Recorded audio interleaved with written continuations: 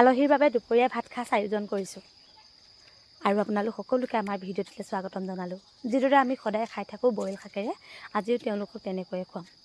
আলু বস্তাটোৰ পৰা ডাঙৰ ডাঙৰ চাই আলু কেইটামান উলিয়াইছোঁ। ডাঙৰ ডাঙৰ আলু বইল খাবলৈ ভাল লাগে। আৰু এফালে জুইৰ কাষত জুইকুৰা জ্বলাই দিয়াৰ লগে লগে আলহী ধুনীয়াকৈ বহি আছে।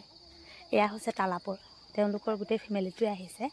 বহুত ভাল লাগে আলহী অতিথি যেতিয়া ঘৰখনত এইদৰে থাকে। বাৰীৰ পৰা কেইডালমান সৰু সৰু চাই লফা শাক মানুহজনে আনি দিলে। খায়ে থকা হয়, লফা শাকেইডাল পোখাবলৈ নাই পোৱা। আনহাতে পানী উতলালোঁ, লগত অকণমান দি দিছোঁ নিমখ আৰু কেইটামান দি দিছোঁ হালধি, আৰু এফালে মিহিকৈ লফাখিনি কাটি লৈছোঁ। ল'ব নালাগিছিলে বাৰু লফাকেইডাল, তথাপি হাতত লৈ থাকিবলৈ বেয়া লাগিলে, সেইটোকে আগতীয়াকৈ লফাখিনিকে কাটি লৈছোঁ। আৰু এনেকৈ দুফাল দুফাল কৰি লৈছোঁ। আজি মানে সৰু সৰুকৈ বিলাহী নাকাটো, ডাঙৰ ডাঙৰকৈ দুফাল দুফাল কৰিহে আজি বইল শাকত দিম। আৰু এফালে আলুখিনি দি দিছোঁ।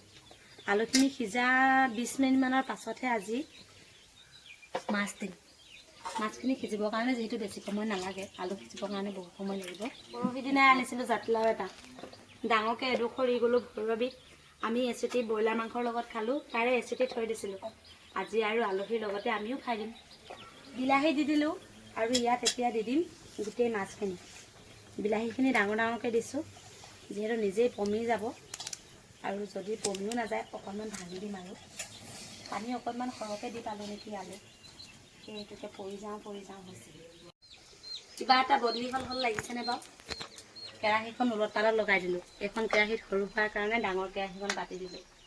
লাহে লাহে কৰি আলু আৰু বিলাহী সিজিয়ে গ'ল। সেইটোকে গোটেই আলু আৰু বিলাহী উলিয়াই মেলি ধুনীয়াকৈ মাছ থকা এই চচটোতে পিটিকি মিটিকি ইয়াত এতিয়া দি দিম। এতিয়া গোটেই আমাৰ চব্জিখিনি মানে ঘোলা হৈ যাব, খায়ো ভাল লাগিব, দেখিও ভাল লাগিব। আধা ঘণ্টা বেছিয়ে সিজিলে, আৰু এতিয়া মাছো সিজিলে, আলুও সিজিলে, সেইটোকে নমাবলৈ হ'ল যে দি দিছোঁ ধনিয়া। আৰু এতিয়া একো চুই নাথাকোঁ, চালাড এখন বনাওঁ। বাৰীৰ পৰা লৈ আহিছে মানুহজনে এইফালে কেইটামান মটৰ, গাজৰকেইটা নানিলে নি? আৰু গাজৰো আছে। ইমান ধুনীয়া ধুনীয়া গাজৰ হৈছে আমাৰ। ডাঙৰ ডাঙৰ নহয় বাৰু, সৰু সৰু। তথাপি চালাড এখন বনাই মেলি লওঁ। জাতিলাও আলু গেছত ভাজি আছোঁ, আৰু 10 মিনিটৰ পাছত ভাত খাম। ঘৰলৈ অহা আলহীক বাঢ়িব দিছোঁ ভাত, আৰু এইফালে মই উলিয়াই দিছোঁ মাছৰ জোল। এইফালে জাতিলাও আৰু আলু ভাজিটো হ'লগৈ আৰু ন? হ'লগৈ আৰু জানিছা ভাত